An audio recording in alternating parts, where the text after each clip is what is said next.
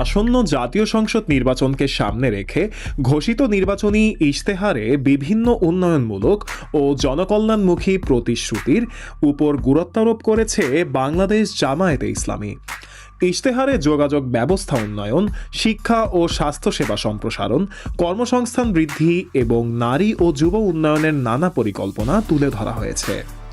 ইশতেহার অনুযায়ী ঢাকার সঙ্গে রেলপথে যাতায়াতের সময় পর্যায়ক্রমে কমিয়ে 2 থেকে 3 ঘন্টার মধ্যে আনার পরিকল্পনা রয়েছে। একই সঙ্গে রাষ্ট্র পরিচালনায় তরুণদের অংশগ্রহণ ও নেতৃত্ব বৃদ্ধিতে বিশেষ গুরুত্ব দেওয়ার কথা বলা হয়েছে।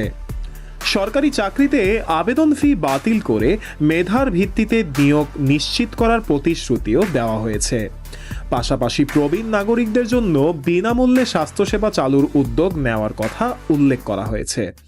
শিক্ষা খাতে পর্যায়ক্রমে সব স্তরে বিনামূল্যে শিক্ষার সুযোগ নিশ্চিত করার পরিকল্পনার পাশাপাশি কর্মজীবী মায়েদের জন্য কর্মঘণ্টা কমিয়ে 5 ঘন্টা করার প্রস্তাব রাখা হয়েছে। এছাড়া নারীদের নিরাপত্তা জোরদার, কর্মসংস্থান সৃষ্টি এবং নারীদের জন্য স্বল্প মূল্যের আবাসনের বিষয়টিও ইশতেহারের গুরুত্বপূর্ণ অংশ হিসেবে উঠে এসেছে।